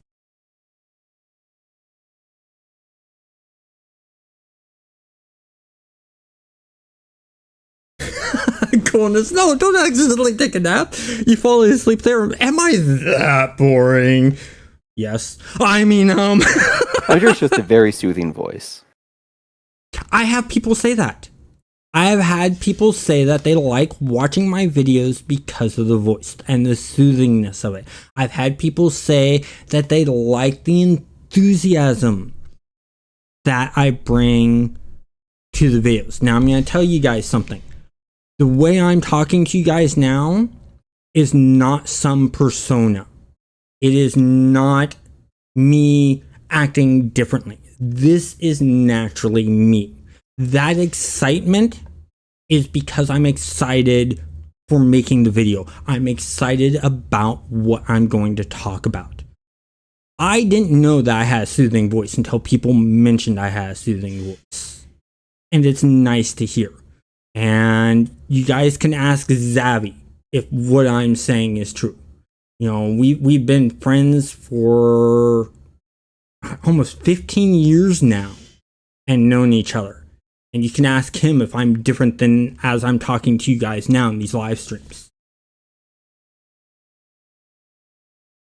And the answer is no, he's not. Including the whole, he will talk your ear off if you give him an opening and have no way to interrupt him. But hey, that works for streaming, so. It does. I'm sitting there thinking, a bad thing or good thing? That's part of the reasons why I like doing the stream. And yes, I know I'm a very talkative person. Zavi knows this. And, you know, Zavi being a good friend, he lets me know when to back off. Calm down, not say as much. And I do sort of, when I'm in a conversation talking back and forth between people, I think I'm a lot better in communicating in that form. Whereas if there's not much to say, I'm just a non-talker. Am I correct on that, Zavi? Yeah, I mean, it's not like you just start up nothing conversations. It's, you do have a story to bring up, a point to bring up. There's always a purpose to your communication on there, which definitely helps. If it was just mindless on it there, I definitely would not have put up with you for 15 years. I'd probably be buried in the ground somewhere. No comment.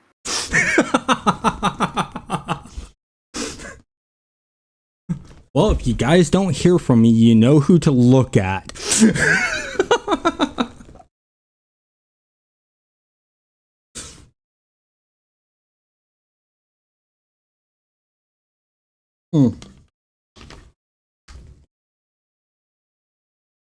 Excluding my family.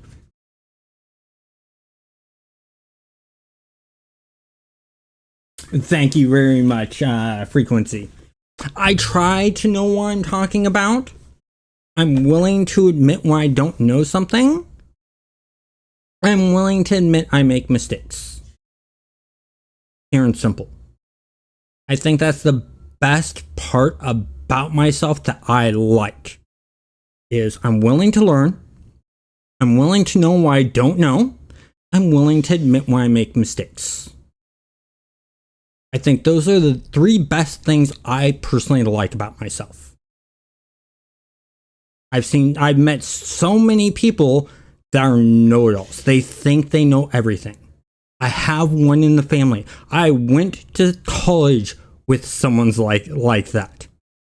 Zavi and me have stories like you wouldn't believe about someone like that. But my own brother sometimes can be that way. And then, you know, it's just, for me, those kinds of things are how you keep as a good person and how you improve yourself. Because life is all about learning and experiencing new things, along with helping, in my eyes, helping others out. Any way I can help someone else out that's a good person, I will help them out. If they're a bad, mean person or a bully, I don't want to help them out. They don't deserve it. It's that simple in my eyes. You know, I know I'm a good artist. I know I'm a creative thinker. Do I think I'm the best creative thinker or the best artist? No. There's always someone out there that's going to be better than you are. I know I am an above average artist. That's all I know. What people think of my art and how I do things, that's going to be on a person-to-person basis, because art is subjective. I know that's meant to convey emotion. And I listened to that because I remember when we did the first animation class we did, there were one thing that the instructor stated that they wanted to see in the final. And what they wanted was they wanted a story. So therefore, the animation had to have a middle, a beginning, a middle, and end. It had to convey at least one emotion. He said it could be the crappiest models and the crappiest animation he's ever seen. However, if it has those two elements for a story, he'll give you an A. So I went to work and I actually emailed him. And I said, hey, look, I know I don't have time to model out a Space Marine. I have access to the Space Marine models from Dawn of War. Can I use those models and animate it myself? That way I don't have to worry about the modeling, the skinning, or the rigging. And he says, yeah, that's fine. As long as I don't see any animations from the game, it's good. I said, excellent, great. So I went to animating. And animated. I spent 72 hours straight doing animations. Just trying to teach myself how to do a muzzle flash for the bolter.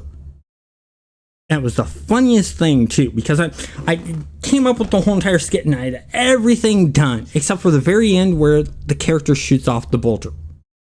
And so couldn't figure that out. And so I'm going through it, and my mom sees what I'm working on.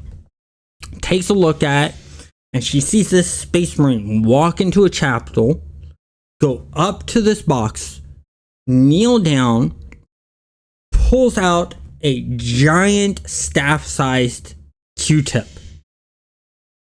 whirls the staff around, does the Bruce Lee come here thing, shakes his head, and throws it out the window. Kneels down, picks up a bowling ball, shrugs his shoulder like he doesn't know what to do with it, tosses it behind his shoulder. You hear the ball hit the ground, roll out the doorway, and then you hear it break pins. Bends down, grabs the bolter, stands up, jumps for joy, all excited, goes to shoot the gun. And this is where the muzzle flash was to come in. I just couldn't figure out and get the muzzle flash to look right. I had tried a bunch of different ways I had been shown and nothing was looking right. It just didn't feel right. Something felt wrong.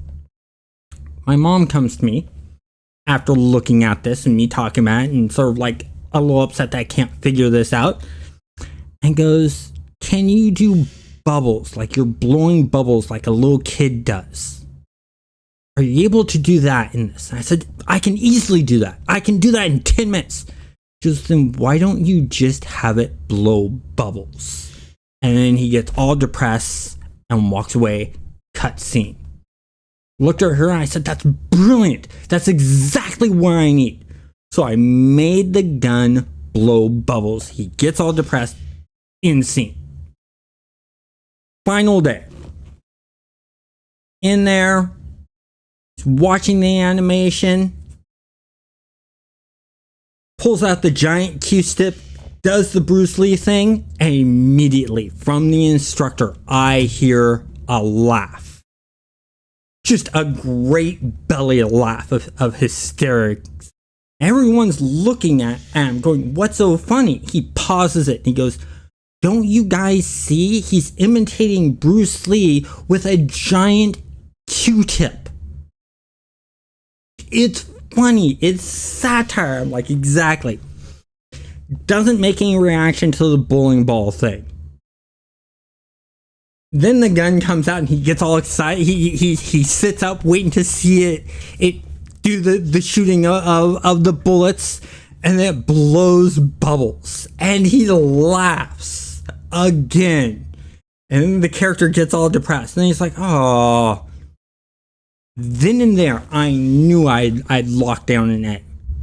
Did I do everything perfect? No, I had made some mistakes. The knee clipped through the box. The timing of the animations were off. He said the animations were great. They were realistic except for the timing. My timing was bad. I found a solution to that. And that solution is Zavi. And the reason being is Zavi, when critiqued about his animations, his timing is perfect, just doesn't look realistic. So when we go to make games that require animations, I'm going to do the animations. Zavi's going to correct the timing on those animations and where the keyframes lie for those animations. Then we'll have good animations. And I think that's a perfect way to work because we're taking our strengths and using them to help out with someone else's weakness. And I think that's a great, that's a way friendships should work. Is you should be able to lift each other up on what areas you're weak on and by using your strengths and help that person with your strengths. And now that we've got that over with, I wanted to bring up on here thoughts. If you're in the chat standing over by Miss Liberty and you were looking to join in, go ahead and come by because I saw we had a 40k telepath with jet boots over here. Because it's right deep in the middle of things, so I didn't want to interrupt. But hey, if you are a possible recruit, definitely come over and we'll get you in the group here. Yeah, definitely. Say something in the stream chat or actually send me a tell in game. Because if you send me a tell in game, it makes that little sound. So it notifies me. And I've memorized that sound. That sound is ingrained to me so much, just like the dinging sound when you level up in EverQuest. And the reason that ding sound is ingrained in my mind in EverQuest was when I was working to hit level 50. I hit level 50 about 14 to 16 times. No, you did not hear that wrong. I hit level 50 14 to 16 times. If you don't know about EverQuest, and what that all means is basically in EverQuest, when you leveled up, they made it to where you could lose levels. If you died right after gaining a level, you would lose the level and have to regain experience back. I spent 6 months losing and gaining level 50 in EverQuest.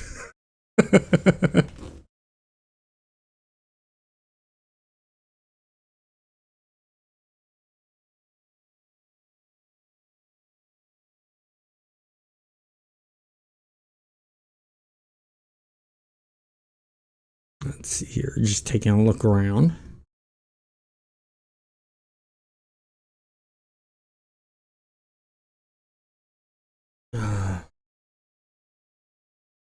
So, are you guys excited about seeing game design actual stuff from a graphics side of things happen on the channel? That's what I'm curious about. Because I know you guys are into games, but what about seeing the game design of things and a game actually being built? That's what I'm curious about. Okay, Coolness. Got your opinion on that. I know you're excited for tomorrow's live stream where I'm actually going to be doing the splash screen stuff. Okay. Excellent. Like to hear that frequency.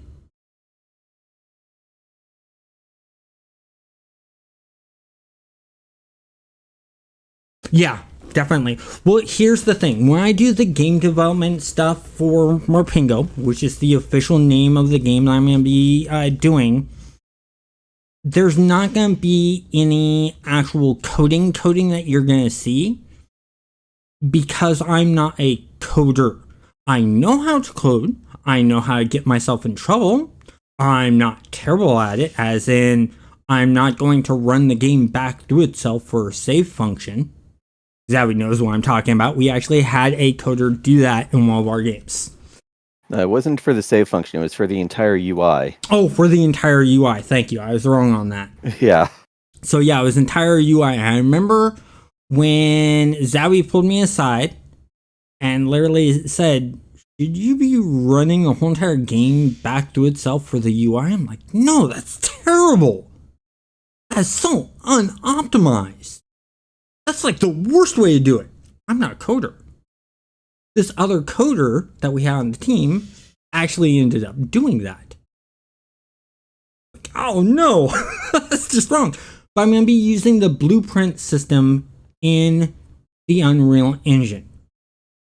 And what the blueprint system is a visual node system for hooking things up and telling the game how to react, and it creates the code based off of that. Is it the most efficient way to do things? No. Is it a good way to prototype your ideas to see if it's fun? Yes. So the plan is build the game out that way. See a lot of interest in it. Like I said, we'll get Zabby in to do real coding in it. Now, this game has been worked on before, and that was in the Unity engine. We're moving away from the Unity engine. Both me and Zabby are not fans of the Unity engine because of the direction they're going with monetization. We don't like the fact that you have to pay an upfront price, and then on top of it, they're taking royalties of 20 cents every time there's an install of the game. Now, I do recall the last I heard they walked back on that one, but the fact that that made it to the public announcement stage as a whole, it doesn't give me good feelings about working with them as a company at this point. So myself, for my projects, I'm going to be learning Godot and going over that way. Yeah. Since it's a whole open source and just, okay, let's just step away from the monetization side of things on it there. But we have been taught a bit about the Unreal Engine as well. So CC's more comfortable with that. And again, it's got the blueprint system, so you can do the kind of visual coding on there.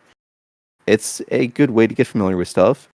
And I mean, Unreal is, it's an industry standard for a reason. It is a good engine. Yeah. And the only reason I'm able to go Unreal, if they weren't doing the way they're doing things money-wise for it now, because Unreal, you used to have to pay a licensing fee. And it wasn't cheap. It was like $10,000 per license seat. And a license seat is for one user. So if you have a team of 10 people, that's $100,000 you're spending to have each person be able to use Unreal. The new way they're doing it is basically based off of sales. They get a percentage of your profits. And if I remember correctly, it's something like, I can't remember what it was. I know it's under 30%. And I'm happy with that. Because guess what? That's how much Steam takes from a developer. And this game that I'm planning will be on mobile. It'll be on PC. I want to do it for Xbox. I want to do it for PlayStation. I want to do it for Nintendo Switch. And stuff like that. And like I said, the plan for the game is to be a mix between miniature golf and pinball with a slight Mario Kart feeling system put in. I'm not going to go into too much details, but one of the real cool aspects that I like that I'm doing with this game is you don't all have to be online at the same time to play the game. You can do that if you want. However, because it's a turn-based game, the plan and the functionality that I want to get working for multiplayer gameplay is you start up a match. Other people join that match. When one person takes their turn, they're in the game taking their turn. When they click they're done, it sends a message to the next player, either through email or through text message on their smartphone, that it is their turn. They then, on whatever device they want to, log into the game, take their turn, in turn, and messages the next person. So this is literally a game where you can take a turn during a break at work, or when there's downtime at work. Or you can go and play a whole entire 18-round course that all at one sitting.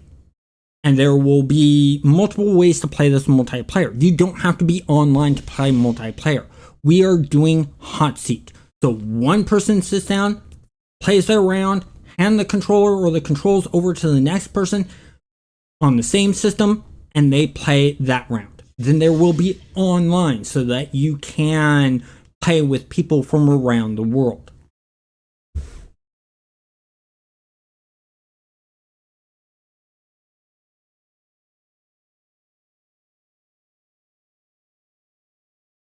Yeah, $10,000 is what used to cost for licensing of the Unreal Engine. But the Unreal Engine is an amazing engine. I love the Unreal Engine.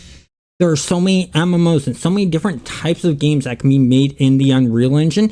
It's not as flexible, easy-wise as the Unity engine or Godot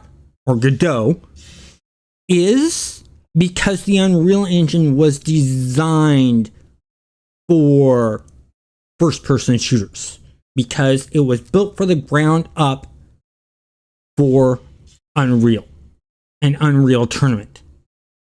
But they've opened it up a bit more. You can pay to get access to the source code of the game engine, so you can adjust the source code of the game engine to be whatever type of game engine you you want. My mouth failed on me there. And I think that's a great thing.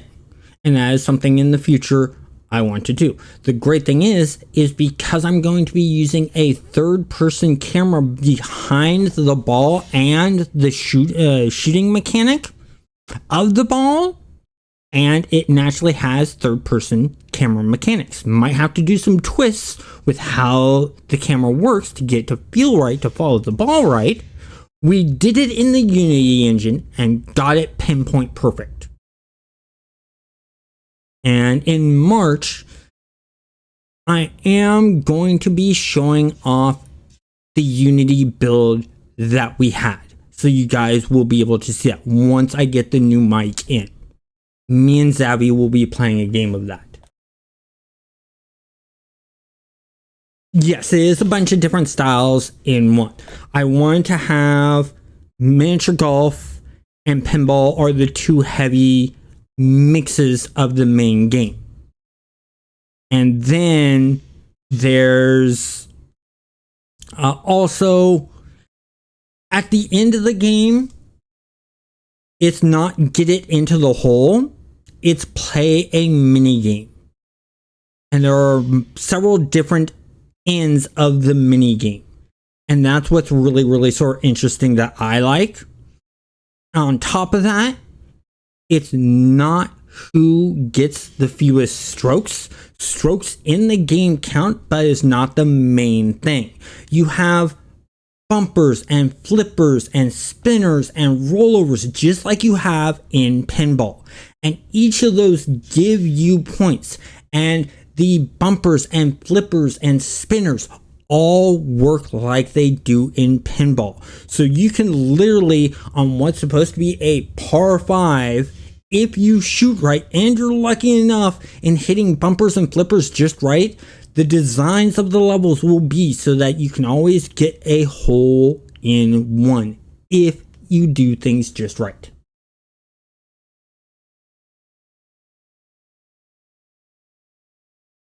Of course, that's before getting into the more competitive version on it there. Oh, the competitive version. I am so excited for the competitive version. So I'm going to explain the competitive version for you guys. Thank you for bringing that up, Zabby. So I mentioned something that feels like Mario Kart. So, and I mentioned those rollovers. When you play competitively, there are two ways you can play competitively. You can play purely off of score. And that means when you're playing and your turn's up, your ball disappears from the playfield and cannot be interacted with. However, there is a more competitive version of that, which we are calling combat pinball or miniature golf pinball. The way this works is all players' balls stay on the playfield. You can hit and knock another player's ball around with your ball. So if they get a perfect shot lined up, you can mess up their perfect shot. But it doesn't stop there. The rollovers that give points no longer give points. Instead, we're using a Mario Kart style power-up system where when you roll over or go over a rollover, you will be given a special power, such as maybe launch missiles at an enemy's ball, maybe get a speed boost, maybe slow down another player's ball, maybe reverse the controls on another player's ball, things like that. But we took it one step further. We put in a combo system, and a very unique combo system. We have different colored bumpers in the playfield. If you hit a certain combination of colored bumpers, it will modify or enhance power-ups you have gotten from the rollovers. So it's more of a combat version of the game.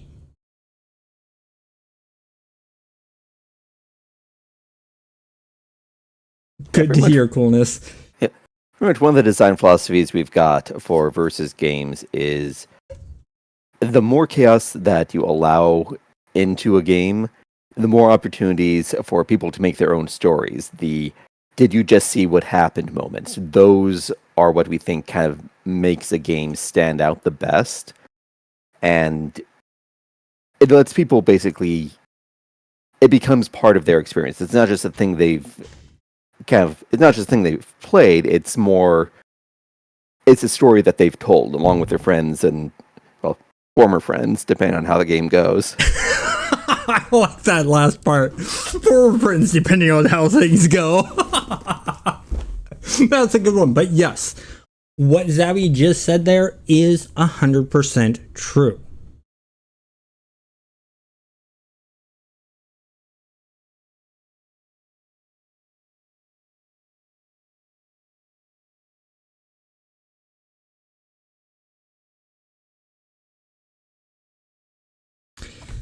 So yeah, there's a lot of plans. I've written up a whole entire dev document for the game, which allows me to know how the game's going to play, how the game's going to look. It's going to have a hand-painted feel. So it's going to look sort of like World of Warcraft's textures, but it's not going to be World of Warcraft textures. It's World of Warcraft texture inspired. Because, well, World of Warcraft textures are hand-painted textures. That's the direction I chose to take the art style because it is a feel that does not age badly. If I were to go directional of realistic art style, within 2 to 5 years, the game will look outdated. Whereas if you look at World of Warcraft right now, it doesn't look outdated. City of Heroes, the textures don't look outdated. The models, yeah, they look a little bit outdated. That is true. Because you have the mitten hands instead of the fingered hands. But you never know. I'm waiting to see if there's going to be a private server in City of Heroes that has the guts enough to remodel all of the hands to have 5 fingers and then animate those. That would be epically cool to see in this game. But because they're using their own game engine, we don't know if the game engine could handle that. Because at the time the game engine was made, the models at the time were high quality.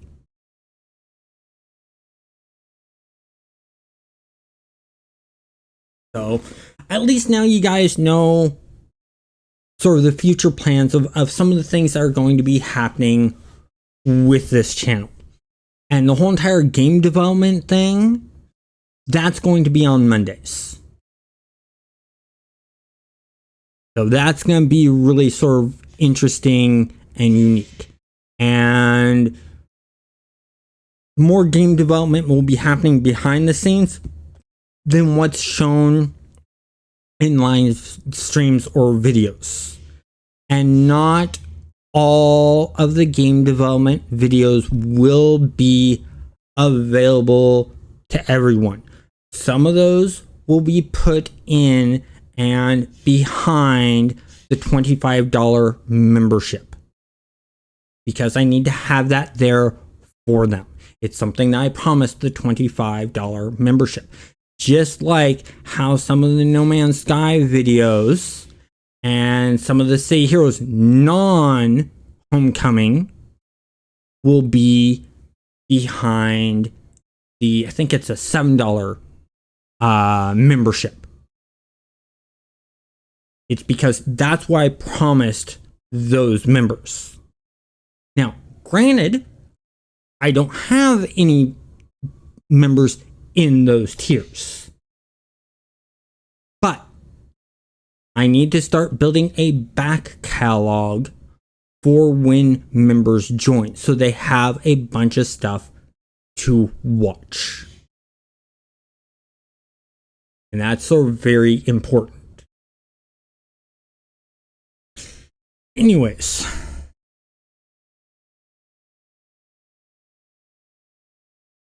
So, but yeah, I really, there's another game that I want to see start getting work on that we have, but that takes a lot of time on Zavi. And with Zavi working the full-time job with who knows when, unknown overtime might hit, he can't really guarantee when he's able to work on games. So that's why I'm working on this Marpingo one first. Get that off. I'm hoping it's a success. I'm hoping it does well. And that's part of the reason why I'm doing it on this channel is I watched some YouTube videos where game developers have stated they did the game development on their channel. It got them a lot of wish lists on Steam when they put it up on Steam saying it's going to come out soon, wish list. And then their sales did really well when they released the game and they announced it on their channel of the release. And so that's partially what this channel is about, but not fully. The main objective is to build a community of gamers that respect one another, gamers that enjoys one another's companies, gamers that will help one another out. That's the main objective of the channel, the number one goal for the channel.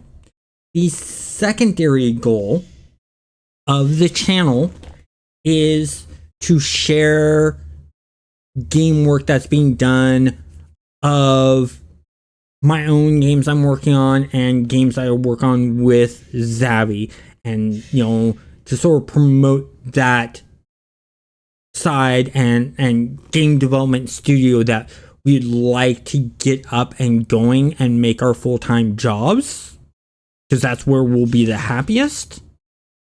And then the third, which I'm not expecting to happen or anything like that, is maybe even the YouTube channel finances the startup of the game studio. I don't see that happening. The best I can hope for is that it helps promote the games for the studio. The only thing I expect 100% is to grow a gaming community around this.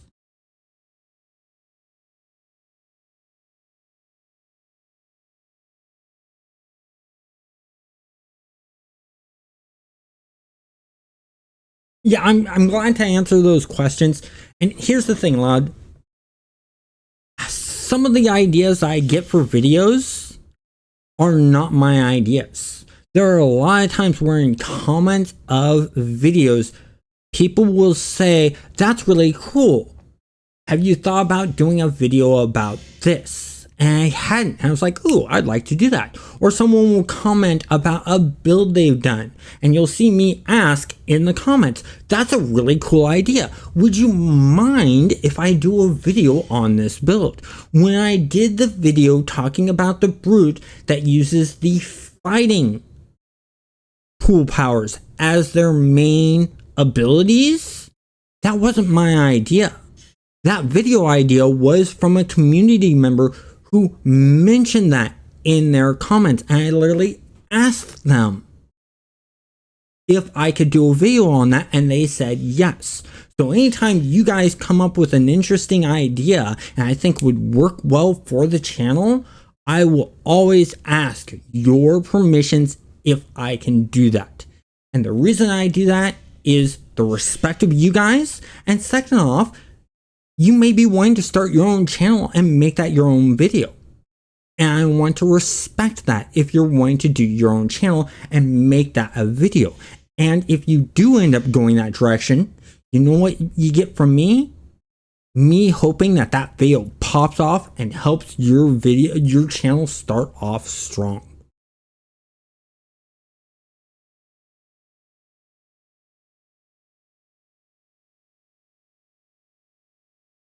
Yeah, I want to develop a gaming community. I'm not just a PC gamer. I am what I call a gamer of gamers. I play video games, not computer games, video games. I play on consoles, I play on mobile, I play on computer. I prefer to play on the computer. It's what I'm used to. My first gaming console was a Commodore 64 and an Atari 2600. The only reason I had an Atari 2600 was my grandmother bought it for me and my brother. The only reason I had a Commodore 64 was because my brother bought the Commodore 64 and then a newer version of the Commodore 64 came out. He bought that version of the Commodore 64 and gave me his old Commodore 64. So I actually know DOS prompt commands. And then I also play pen and paper role-playing games, collectible card games, mainly Magic the Gathering. It's what I started out on. I've played others. I played the Warhammer collectible card game. I played the Image collectible card game. That was the Image comic book collectible card game. I like playing, pen and paper. I started off with Dungeons and Dragons, not Advanced Dungeons and Dragons. We're talking the original Dungeons and Dragons. But I love Shadowrun. I love Mech Warrior. I like Rifts. All different types I like. Fantasy Age is another one I like. I like tabletop games such as Warhammer 40,000, Blood Bowl, BattleTech. So my gaming spans through all of that, and I love all of it. And when I talk about the game studio that me and Zavi are working on, the reason it's a game studio and not a video game studio is one of the projects that I'm working on with the feedback of Zavi and some help from Zavi is a pen and paper role-playing game that I'm pretty much 100% doing myself. I am going to contract out some work. I am going to hire a creative writer. I am going to hire a character artist, because one of my downfalls and one of my weakness is drawing by hand characters. I am not good at environments, vehicles, weapons, and objects is where my strength lies as an artist. I can do that well, and really well. Not so well on the characters. Does that mean I'll never draw characters? No. I'm constantly drawing characters to see where I'm failing and where I need to improve, and then improving in those areas. Whether it be hands. Proportions is an area I have trouble with. So getting proportions correct for humans. If I'm making a monster, unless it's like a werewolf or something like that, if it's a monster on my own head, proportions go out the window. Proportions can be anything. You could have really, really long legs, medium-sized torso, and itty-bitty arms. And proportions for that monster are correct. Why? Because the idea of the monster came out of your head. No one can tell you got the proportions wrong on the monster if the monster comes out of your head. Just like if you design a building in your head. No one can tell you that the design of the building's wrong because the building came out of your own head.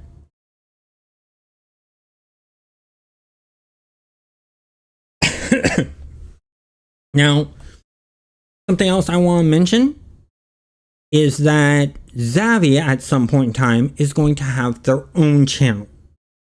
And our channels are going to work together at times. It's I do the art side of something, Zavi does the code side of something.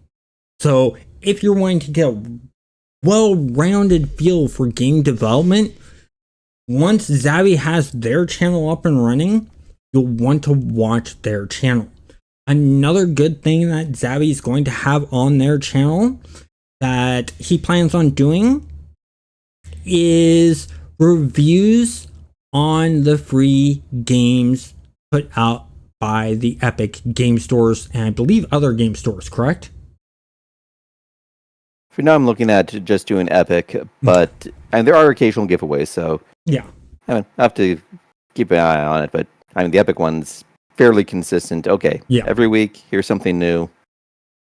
It's a good starting point. It is a good starting point, and I really like that concept for the pure simple fact that someone can watch your video that comes out on Thursday and they know about the free game, and they get to watch your video and see your opinions and what the game's like before downloading and wasting their time with it. They're not wasting any money on it, but they're going to waste some time. So they get to look at your video and determine whether it's worth their time getting that game. And that I really like. I'm not going to be doing that. I'm keeping with the directions I'm going. I'm going to let Zavi own that space. And I know that once, my plan is once Zavi's channel goes live, I won't be the first subscriber. You might have a race on that one, but we'll see. Oh, I know. I know Coolness is going to race me to that. I know it.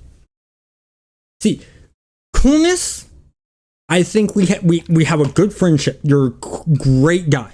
Coolness fits you perfectly. I also feel that we have this friendly rivalry-ship between us dealing with Zavi. I find it fun, and I find it a challenge. And I like that. I like that. Like hell, I'll let you take that first spot. That's a challenge. That is a challenge. I'm up for that challenge. I'm excited for that challenge. And there's Zabby probably sitting there going, oh crap, this is odd. 2 guys fighting over me.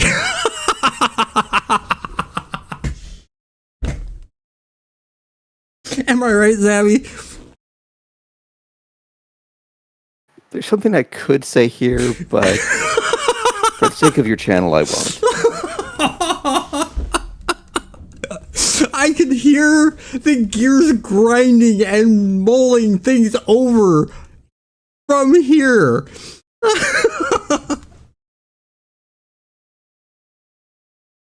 Do not.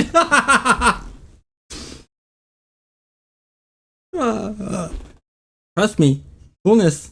I'm taking that first spot. I'll feel disappointed and upset if Zabby lets you know that the channel's gone live before he lets me know the channel goes live. We're both good friends of Zabby's. Problem is I have seniority. I've known him longer. That's how I feel about it. I bet you anything Zabby's going, or not Zabby, but Coolness is going, them's fighting words. Let's get at it, bro.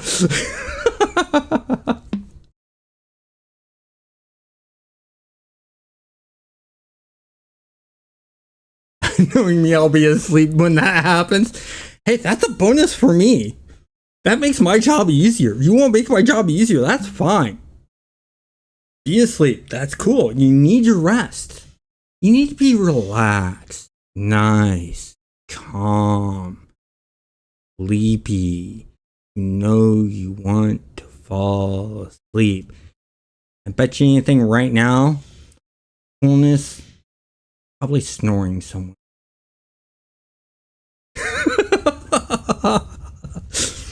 I'm taking advantage of you guys saying that I have a good, smooth, calming voice. That's why I went in the deeper register and stuff like that. Coolness is probably sitting there listening at that time going, Controlled Chaos, you're... Yes, I do make myself laugh. And it's great that I'm making myself laugh, because when I'm laughing, you're hearing me laugh, and guess what? I'm betting you anything that's making you want to laugh and putting a smile on your face, and that's all that matters.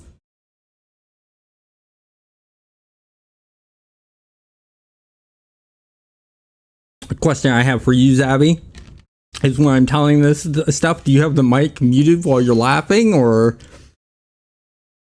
Yeah. Laughing, sighing, it all works.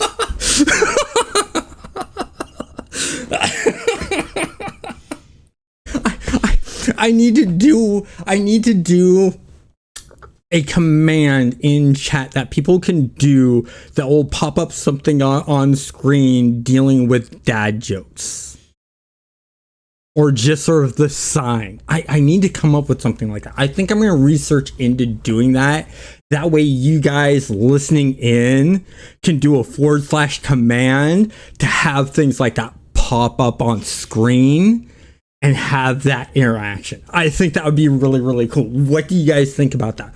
First off is the splash screens, but the next thing I can work on is that idea of the interactivity where you can do / ones of the laughter, the sighing, the dad joke comment type thing where a thing just sort of splashes on the screen and plays a gift or a short video. And the triggers themselves shouldn't be too hard, but yeah. You may be overthinking it a bit, because you can always just expand out the emotes a bit. You should have some more slots than what you're using right now. And so are you talking the membership emotes? Or emojis? Yeah, you're only using 4 of them right now. So that's membership emojis. I'm talking about stream specific, where they type out a / command, and on everyone's screen, just like when someone subscribes, donates, does a super chat, things like that, there's that splash that comes up with sound effects. I want that for / commands. Yeah. I tried chilling the dollar memberships. Yeah. No one can say I didn't try. True. You did. But that was also when I was just starting out on streaming. So we weren't getting as much interaction as we have now.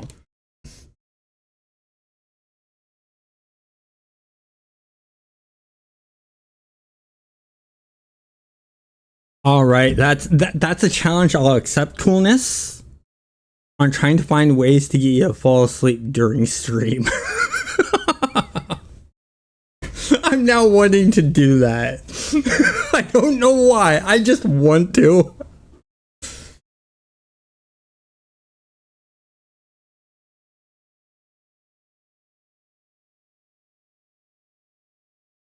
Okay. Zabby, that's a good question. You know, tell us. I'm sorry, but that information is covered under NDA. I didn't sign no NDA. Like that. Not now. I'm surprised that's not at all capital letters.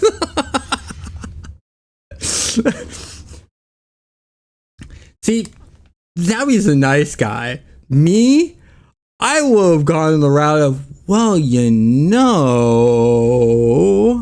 and sort of drawn it out a bit. Make Coolness really sweat. Yeah, but my job here is to mess with you, not to mess with chat. Why can't you do both? It's easier if I focus on one side. And the side's always against me, isn't it? Pretty much. Thanks. Anytime.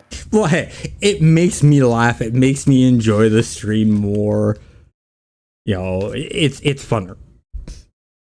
And of course, now when you're not here, I have a harder time doing the stream solo. To me, it felt so boring doing the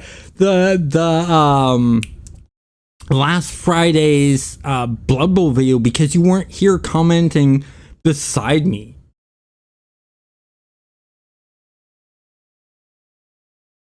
Well, I mean, I'd say I'm sorry, but under the same circumstances, I'd still be out of town. Yeah, true. And you deserved it. You had a good time. That's all that matters. I like what Coolness is saying. The NDA is with me. I have my contracts for a reason.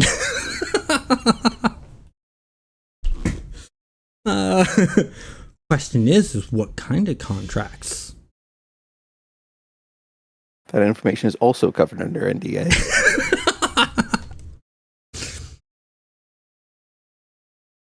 You just willy-nilly sign these NDAs, don't you?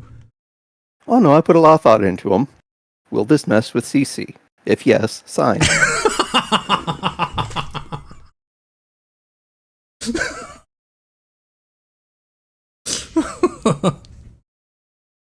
So let me guess, you have a contract with Coolness that says, I will be an ass to CC. And I've said the same thing twice already here. Having me repeat it a third time isn't going to change anything. But I'm just saying if it's a contract you signed with Coolness or if it's just something you're doing on your own. That's my curiosity in question. Unfortunately, you will never know. And Coolness is just like, that NDA protects me.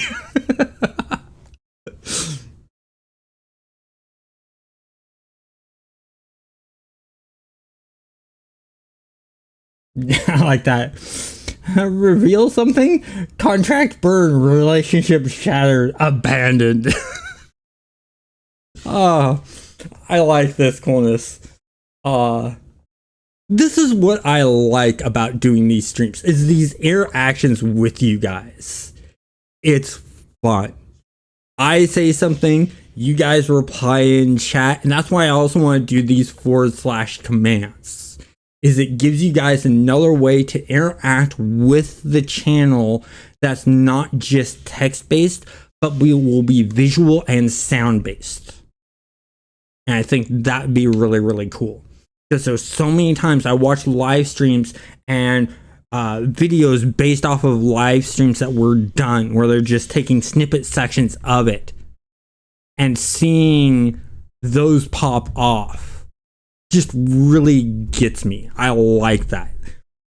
It's an aspect I really enjoy seeing in live streams and stuff like that. So of course I'm going to take that idea, I'm going to use it. It makes it fun for all of us. Especially now that I have my stream software set up properly, where I can easily see the chat at an easier glance. I can see alerts and notifications at an easier glance. I'm really liking the change that I have made to the on-screen chat that you guys see in these videos and in these replays and in the live stream. I spent some time in that. I spent some research and figuring out what would be a good one for the look that I wanted, the feel I wanted, the ease of, excuse me, of being able to read that. Really interests me. So it's gonna be cool. But I think we're done for the day. I'm getting a bit tired from laughing so much and having so much fun. I need to sort of take a rest and a nap. Coolness made me a bit tired, so that's all his fault. You got anything you want to say, Zabby? Yeah, it turned into a bit more of a story time stream than a gameplay stream, but hey, as long as people are having fun, that's all that really matters here. I'll confuse the algorithm, but yeah, that's going to happen anyway. Hey, we still were working on what we were aiming to do. Nothing really happened, but we still have on Discord the Rogue Traders channel to leave messages in.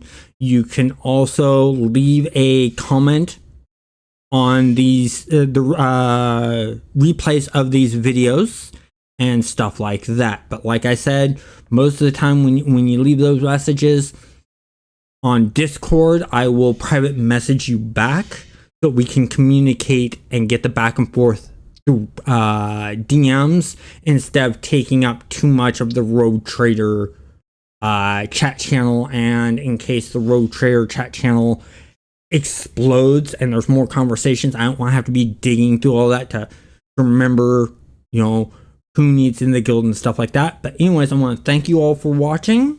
I hope you had as much fun as I did, and we'll hopefully see you tomorrow when I do the build out and creation of those screens for the stream. Have a great day.